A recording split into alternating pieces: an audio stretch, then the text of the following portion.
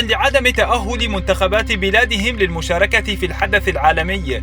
أبرز النجوم الذين لن يشاركوا في كأس العالم قطر 2022: محمد صلاح. يعد الفرعون المصري محمد صلاح من أبرز الغائبين عن كأس العالم، إذ لن يشارك نجم الريدز في مونديال قطر بعدما فشل في التأهل برفقة منتخب بلاده مصر، وقد تم إقصاءه على يد منتخب السنغال في الأدوار المؤهلة إلى المونديال. ساديو ماني ورفاقه حرما نجمنا العربي من تحقيق حلم المشاركة.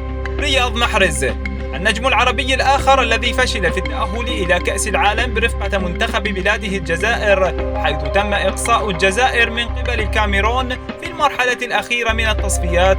لن يتمكن محرز وزملائه من الدفاع عن ألوان بلدهم في المونديال، رغم أن الجزائر تلعب كرة جميلة ولطالما قدمت مباريات كبيرة خلال كأس العالم، كما هو الحال في ملحمة كأس العالم 2014 بعد إقصاء مشرف أمام ألمانيا في الدور الثاني.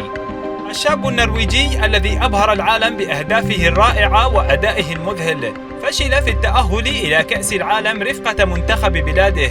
النجم النرويجي إيرلينغ هالاند مهاجم مانشستر سيتي، فلم يسبق للنجم الصاعد أن يشارك في مسابقة دولية مع منتخب بلاده، وكانت الجماهير النرويجية تعلق آمالا كبيرة عليه، لكنها تلقت ضربة موجعة في المقابلة الحاسمة أمام هولندا، حيث أقصيت في الدقائق الأخيرة من المباراة.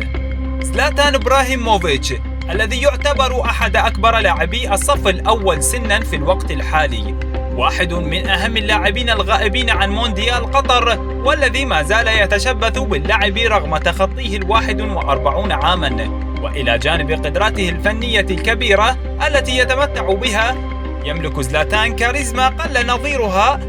اللاعب المشاكس المزعج الذي يثير الصخب والجدل أينما حل وارتحل.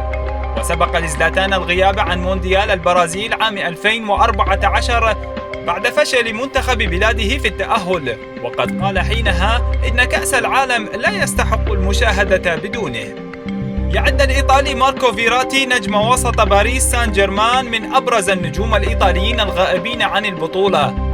أقصيت إيطاليا من الأدوار الفاصلة على يد المنتخب المتواضع مقدونيا، ورغم سيطرة الإيطاليين في تلك المباراة من البداية إلى النهاية، فقد أفلتت منهم في الدقيقة الأخيرة حين تلقت هدفا قاتلا. وكانت إيطاليا ستواجه البرتغال في المباراة النهائية المؤهلة، وبذلك واجه رفقاء كريستيانو رونالدو المنتخب المقدوني وفازوا عليه.